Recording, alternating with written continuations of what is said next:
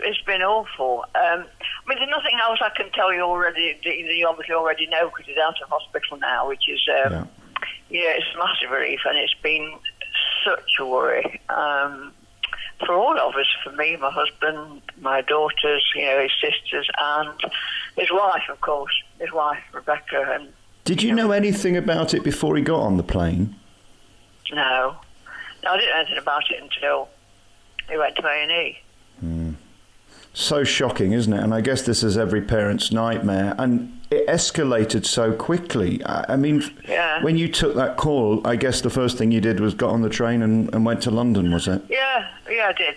Well, I drove, I got in the car. And yes, of course, because it was, driving to London was a nightmare, not knowing that, he'd got to be put into an induced coma and not understanding why. And did you have any indication of what was wrong at that point, or was it just that he was incredibly poorly? He was incredibly poorly. It was like double bronchitis, or you can explain it, but that wasn't. Don't know what the actual diagnosis is, but his lungs were badly affected. I guess it's moments like that you realise how strong the family are. I mean, I worked with Richard nearly 30 years ago, believe it or not, at Radio Nottingham. Yeah, he was in the radio car, and I was just a kid hanging around with Dennis McCarthy and people like that. That's where his career started, BBC Radio Nottingham. And it must be amazing the reaction you've had. I've not seen one bad word. I've only seen love and concern and genuine affection for Richard. It's times like this you realise what impact you've made on the British public. Really? Well, that's nice to hear. It's incredible the amount of publicity it's attracted. But yeah, you're right. But obviously, a lot of people care for him, and he's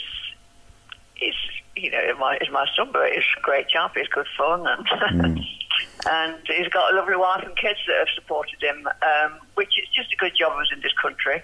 Had he been in LA, I wouldn't have really got to see him, and it was just better that he had our NHS, and they've done a brilliant job. It's incredible the timing of it, that he was coming back here. It was almost meant to happen this way, wasn't it? Yeah, it is like it was meant to happen this way. You're absolutely right, yeah. Because Rebecca's got a mother to help with the children, so that's been, a great help and support for Rebecca. Just talk to me about when you went to the hospital and saw him. How gravely ill did he look? Were you worried, or did you always know that he was such a fighter he'd be eventually a week later walking out of the hospital, which is so incredible to see those pictures? Yeah, I think that, he was in a coma, and he was just got loads and loads of wires in him, and we knew it was critical. And I suppose being a mother, you actually can't let yourself really think you're going to lose him, because there can be nothing worse, can there? It's just not the way things should go. You don't want losing a child. It's just not. I know he's not a child now, but he's always my child, isn't he? He's my firstborn.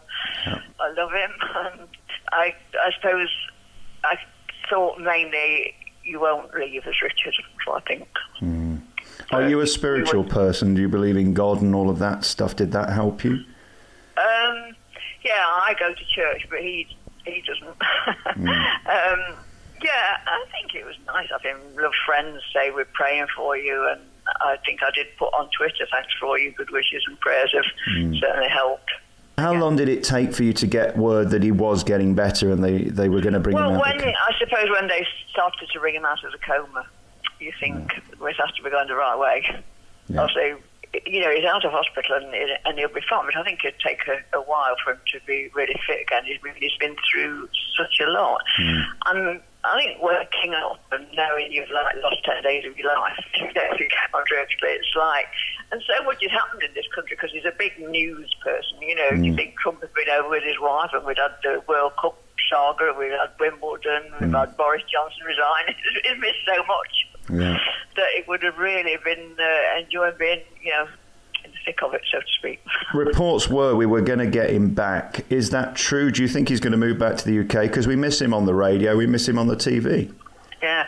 Do you know, I don't know. I can't really speak for him. I don't exactly know where that came from, the reports that he was coming back. Right. So I can't speak for him on that, really. How were the kids when they saw Daddy? That must have just been amazing. Yeah, well, Rebecca didn't tell them a lot about it, but they just knew Daddy was poorly. And then I think, did you see the picture he put on his last day in hospital with the children? Yeah, beautiful. I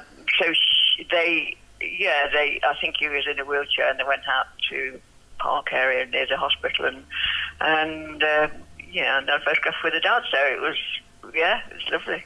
Just tell me lovely for all of them. Just tell me about that moment when he opened his eyes and you were at the side of him, I presume. What did you say? What did you do? It must have been magical. It was a very slow process, really. There wasn't a particular moment like that because it's all very slow, and then you can't be too sure there is something that will happen.